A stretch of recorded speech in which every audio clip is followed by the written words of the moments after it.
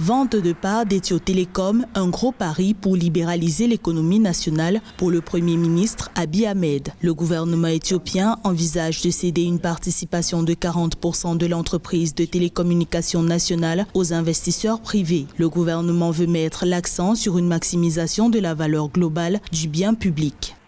Le public peut être assuré que le gouvernement mène ce processus dans une discipline stricte et sous la surveillance étroite du Premier ministre lui-même, car l'équipe macroéconomique sous sa responsabilité a la responsabilité de s'assurer que le processus se déroule correctement.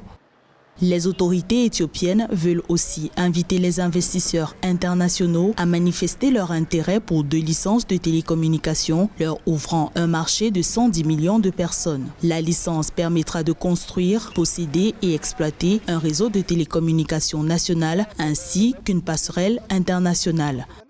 Lorsque le gouvernement ouvre le capital d'Ethio Telecom, c'est qu'il veut réduire la part de dépendance vis-à-vis des capitaux étrangers. Donc, les nouveaux investisseurs vont déjà alléger l'absorption des devises de l'État sur l'investissement dans l'entreprise de télécommunications. Mais en même temps, ça permettra à l'Éthiopie de faire un bond en avant en termes d'acquisition de technologies de télécom.